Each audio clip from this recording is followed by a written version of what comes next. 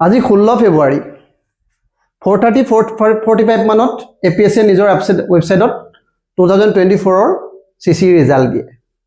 Result declare কৰিলে মানুহৰ মনত উৎসাহ দুখ উদ্দীপনা শেষ হ'বলৈ নাপালেই। 1.5 ঘণ্টামানৰ পিছত এখন নটিফিকেশ্যন আহিল যে কি ৰিজাল্টটো কেনচেল কৰা হৈছে। ওৱা এখন কি APSC ৰিজাল্ট নে এখন পিকনিকৰ লিষ্ট? পিকনিকৰ লিষ্ট চাগে এনেকৈ ইমান চেঞ্জ নহয়। কি দিছে ৰিজন কি ইন এডভাৰ্টেণ্ট এৰ'ৰ। তাত কি এইটো কিয় লিখিব নোৱাৰিলা? শিৱৰাত্ৰি আছিলে, গোটেইখিনিয়ে ভাং খালোঁ, আগদিনা ৰাতি ভাং খালোঁ, সেইকাৰণে দিব নোৱাৰিলোঁ, নিচা হৈ গ'ল, এইটো ভুলতে হৈ গ'ল। চিম্পল, মানুহ বিশ্বাস কৰিবলৈ টালটেন হ'ব পাৰে, দিনো মিলি আছিলে আজি, কালি শিৱৰাত্ৰি, সেইটো নেচাৰেল নৰ্মেল কথা এটা, সেইটো হোৱালে বেছি ভাল আছিলে। এইবোৰ ভেকু ভাওনা কৰি মানুহ এনেকুৱা আছে, কেণ্ডিডেট পোৱা মানুহটোৰো প্ৰব্লেম, নোপোৱা মানুহটোৰ প্ৰব্লেম, দুইটা। ভাবি চাইছেনে সেই পোৱা মানুহটোৰ কি হৈছে? যাৰ অলৰেডি ৰিজাল্ট ডিক্লেয়াৰ কৰিলে, বাহিৰত মানুহে ৰৈ আছে, দেউতাকে মিঠাই দোকানৰ পৰা গৈ সুধিছে যে নিউ নে নিনো, কি হ'ব? সেই মানুহকেইটা ফোন কৰিছে, ছাৰ ছাকচেছ হৈছে তেওঁলোক, ইমান দিন কষ্ট কৰি ইমান দিন লাগি পাছ কৰিছে ছাৰ, কিন্তু মানুহ বাহিৰত ৰৈ আছে, মই ওলাবলৈ যাবলৈ সাহ কৰা নাই। গোৱালপাৰাৰ এজনী ছোৱালী আছে যোনে ACS পাইছে, তাই কৈছে যে বাহিৰত ল'বলৈ ছাৰ মোৰ এইটো মানে ফিয়েৰ, মই কেনেকৈ যাম, মানুহক গৈ পেলাই কেনেকৈ ফেচ কৰিম, কি ক'ম, যদি আকৌ কাইলৈ ৰিভাৰ্ট হৈ যায়। এই বস্তুবোৰ কিয় হ'ব লাগে? এইবোৰতো সৰু, আপোনালোকে কোনো এখন কমিটি চলাই থকা নাই, এইটো কমিশ্যন কয়, কি কয় কমিশ্যন, সংস্কাৰৰ কথা কয়, বৰ লেকচাৰ মাৰে।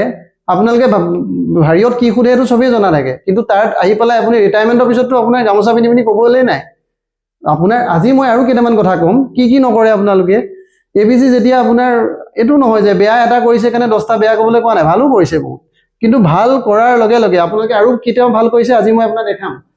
কথা হ'ল কি, আগত কি আছিলে, এইবাৰ আপোনালোকে কি কৰিছে, হেৰিয়ত গৈ পেলাই ডিজিটেল হেৰিয়ৰ নামত যে ৱাটছ ডিজিটেল, আমি হেৰি ৱাটছো এলাউ নকৰোঁ, ঠিক আছে এলাউ নকৰে, তাত আপোনালোকে ডিজিটেল ৱাটছ এলাউ নাই বুলি কয়, কিন্তু আকৌ আপুনি পৰীক্ষা হলত কি নাথাকে, ৱাটছটো কিছুমানত নাথাকে। আপোনালোকে পৰীক্ষা হলত ডাঙৰ ক্লক লগাওক, ব্যৱস্থা কৰক। আৰু ডিজিটেল ৱাটছত কি প্ৰব্লেম থাকে? যদি UPSCত পাৰে, APSCত কিয় নোৱাৰে?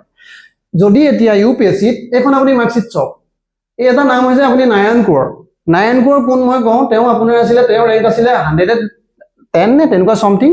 তেওঁ কোনটো 2009 বেটছৰ IAS অফিচাৰ, 2009 বেটছৰ অসমীয়া IAS অফিচাৰ, যাৰ আপুনি আজি মাৰ্কছ বিচাৰক, আপুনি এনেকৈ আপোনাৰ মানে ক্লিয়াৰলি মেনশ্যন আছে যে কোনখন পেপাৰত তেওঁ কিমান পাইছিলে, GS 1ত কিমান পাইছিলে, তেওঁ অপশ্যনেল 1, অপশ্যনেল 2ত কিমান পাইছে, আপোনাৰ PTত কিমান পাইছে, ফাইনেল তেওঁ টোটেল মাৰ্কছ পুৰা ডিটেইল আপুনি তাত পাব। APSC কি কৰে মই কওঁ, চাওক এইখন চাওক, APSCৰ আপোনাৰ এইটো 2022ৰ কথা, মাৰ্কছবোৰ এনেকৈ দিয়ে, ঠিক আছে। আপোনালোকে ৱেবছাইটত পাব্লিক আপোনাৰ কিহৰ কথা আছে, প্ৰাইভেচি কথা নিদিয়ে। আৰু পোৱা কেণ্ডিডেটজনৰ কিহৰ প্ৰাইভেচি, তেওঁ যদি পালে, তেওঁৰ নাম অলৰেডি তাত আপোনাৰ চিভিল লিষ্টত তেওঁৰ হেৰি থাকে, কি তেওঁৰ ডেট অফ বাৰ্থ থাকে, তেওঁৰ ডিটেইল এড্ৰেছ থাকে, তাত আপোনাৰ মাৰ্কছকেইটা গ'লে তেওঁ কি ঘটিটো যাব, তাত একোতো নাযায় ন, থাকক দি দিয়ক, মানুহো জানক বেলেগ এটা মানুহে ক'ত কম পাইছে, এটলিষ্ট নোপোৱা মানুহকেইটাক দিয়ক মাৰ্কছ, যে ক'ত কম পালোঁ মানুহটোৱে কম্পেয়াৰ কৰক। এতিয়া আপোনালোকে কি কৰিলে, এইখনত আগতে মাৰ্কছবোৰ এনেকৈ ছেপাৰেটকৈ দিয়ে। আজিকালি মাৰ্কছটো কি কৰে, আজিকালি মাৰ্কছবোৰ এই গোটেই মাৰ্কছটো নিদিয়ে, এই বোলে এছেট কিমান পালে, অপশ্যনেল 1 পেপাৰ, এইকেইটাত কি নিদিয়ে, এই গোটেইকেইটা সাঙুৰি দিব। এইটোৱে আকৌ আপুনি সংস্কাৰৰ এনে বাহিৰত লেকচাৰ মৰা মানে কি চেয়াৰমেনৰ কথাই কৈছোঁ, তেওঁৰ দিনতে এইটো হৈছে, গোটেইকেইটা কি কৰে সাঙুৰি পেলাই এটা দিয়ে। UPSC ছেগ্ৰিগেটকৈ দিয়ে, গোটেইগাল মানুহৰ একেলগে লিষ্ট দিয়ে, পোৱা নোপোৱা মানুহৰ গোটেই দুনিয়াই জানে কিমান মাৰ্কছ পালে। আমাৰ আকৌ এনেকৈ মাৰ্কছকেইটা দিবলৈ তেওঁলোকে লাজ পায়। কি অসুবিধা আপোনালোকৰ তাত, কি গাইডলাইন আছে নিদিয়াৰ? আপোনালোক কনষ্টিটিউশ্যন মতে যি মন যায় মাৰ্কছো নিদিব পাৰে, আপোনালোকে নিজৰ মতে যি কৰে কৰি থাকিব পাৰে। ইতিহাসটো আপোনালোকৰ বহুত হেৰি নহয় ন, সেইবোৰত মই নাযাওঁ এতিয়া, কিন্তু কথাটো কি, দি দিলে কি অসুবিধা মানুহকেইটাক। এতিয়া মাৰ্কছবোৰ আপোনাৰ এতিয়া কি ক'ব, আপুনি মাৰ্কছ এনেকৈ নাপায়, মাৰ্কছ পাব সদায় টোটেল মাৰ্কছ কিমান পালে, টোটেল মাৰ্কছ প্লাছ আপোনাৰ ধৰক ইণ্টাৰভিউ মাৰ্কছ, অকল 2টা মাৰ্কছ থাকে। আমি হাইস্কুলত পৰীক্ষা দিওঁ, কলেজত পৰীক্ষা দিওঁ, আমাকতো ছেপাৰেটকৈ মাৰ্কছ আপোনাৰ দি দিয়ে, যে এইখন অসমীয়াত ইমান পালে, ইংলিছত ইমান পালে, তাৰ পৰা টোটেল কিমান পালে গম পায় মানুহটোৱে। তো সেইটো কি অসুবিধা থাকে? এই বস্তুটো প্ৰথম কৰিছিল, এইটো কথা কি হ'ল মই এইটো ক্লিয়াৰলি ক'ব নোৱাৰোঁ, এইটো এতিয়া মই নাজানো, সেইকাৰণে ইয়াত মানে এইটো কিয়নো যিহেতু মোৰ য'ত প্ৰপাৰ ডাটা নাই, কিন্তু মাৰ্কছ মই এজন কেণ্ডিডেটে মোক ফোন কৰিছে, যোৱা মানে এছে যেতিয়া মই কৰি আছিলোঁ, তেওঁ তেতিয়ালৈ মানে এজন কেণ্ডিডেটে মোক ক'লে যে ছাৰ এটা কি হ'ল মই আপোনাৰ যোৱাবাৰ দিছিলোঁ কি প্ৰব্লেম হ'ল যোৱাবাৰ মোৰ এখন হেৰিয়ত মাৰ্কছ নাহিল মোৰ এতিয়া তেওঁৰ মই এতিয়া হাইলি মই নাজানো তেওঁ কোৱাৰ কথালৈ মই কৈছোঁ অৰেলি কৈছোঁ এখন মাৰ্কছ মোৰ নাহিল তো তাৰ পিছত আপোনাৰ এখন মাৰ্কছ নাহিল মই কৈছোঁ আচ্ছা মই ক'লো যে মই এনেকুৱা মাৰ্কশ্বিট এখন শ্বেয়াৰ হৈছিল মানে দেখিছিলোঁ মই কৈছোঁ আচ্ছা আপুনি সেই কেণ্ডিডেটজন ন যাৰ এখন মাৰ্কছ নাহিল তাৰপিছত নাই নাই মই অকলে নহয় ছাৰ তেনেকুৱা 3জনমান আছে তো কথাটো হ'ল সেই 3জন মই লগ পোৱা নাই বা এই মানুহজন মই দেখাও নাই গতিকে আপুনি কিন্তু মই মাৰ্কশ্বিটখন দেখিছোঁ মাৰ্কশ্বিটখন এতিয়াও মোৰ ওচৰত আছে মানে যোনখনত এতিয়া মই এখন এডিটেডে হয় নে কি হয় মই নাজানো কিন্তু এখন মাৰ্কশ্বিট শ্বেয়াৰ হৈছিল যোনে মাজত এটা মাৰ্কছ নাই মানে তেওঁ এটা মাৰ্কছ নাহিলে যিমানকেইটা আপোনাৰ দিছিলে এইটো আপোনাৰ এইটো 2022 মানৰ বৰ্ষতে বহুত কিজনৰ বোলে এইটো লগত তেনেকুৱা হৈছিল মই এতিয়া এক্সেক্টলি কোন সেইজন কি সেইটো ক'বও নোৱাৰো মই সেইকাৰণে বা সেই পাৰ্টটো তথাপিও সেইকাৰণে যিহেতু মই দেখা নাই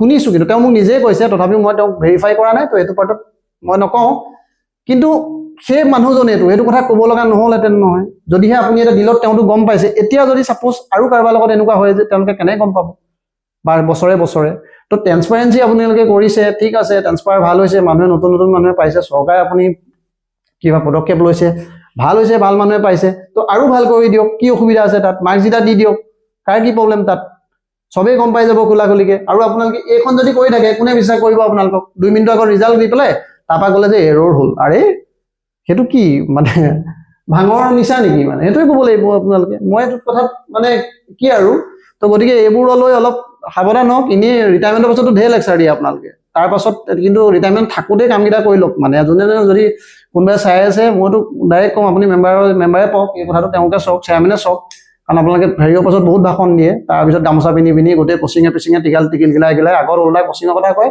তাৰপিছত সেইখন কাম কৰে যদিহে আপোনালোকে কৰিব খুজিছে একচুৱেলি গ্ৰাউণ্ডত সংস্কাৰ কৰক মানুহখিনিক এনেই বেকাৰ টেনশ্যন দি নাথাকিব তো সংস্কাৰ কৰিছে ভাল কথা ভাল বহুত হৈছে ভিজিবল হৈছে এইটো পাৰ্টত গতিকে আপুনি ভালকৈ ক্ৰেডিটটো লওক এইবোৰ কাম মানে কৰি নাথাকিব যোনবোৰ কাম এনেকুৱা কৰক কোনো অপেন টেষ্ট বা আপুনি ফল ইউপিএছচি আপোনাক কিবা এটা আৰটিআই কৰিলে আপোনালোকে ইউপিএছচি গাইডলাইন এটা দিয়ে যে ইউপিএছচি এইটো গোচৰ আছে তেনেকৈ ইউপিএছচি নিচিনাকৈ ফ'ল' কৰক মাৰ্কছবোৰ আপুনি ছেপাৰেটকৈ দি দিয়ক কি অসুবিধা আছে একেই কনষ্টিটিউশ্যনেল বডি আপোনালোকৰ কনষ্টিটিউশ্যনেল বডি তেওঁলোকৰ কনষ্টিটিউশ্যনেল বডি মানুহে আৰু ভাল পাব তো সেইখিনিয়ে মোৰ কথা তো ইয়াত মোৰ ক'বলৈ ভয় কৰিবলৈ একো নাই যি ক'ম চিধা ক'ম ইয়াত মোৰ একো নাই আৰু এইটো সঁচা এইটো এৰ'ৰ নহয় এইটো ভাং খালে ডাইৰেক্ট কথা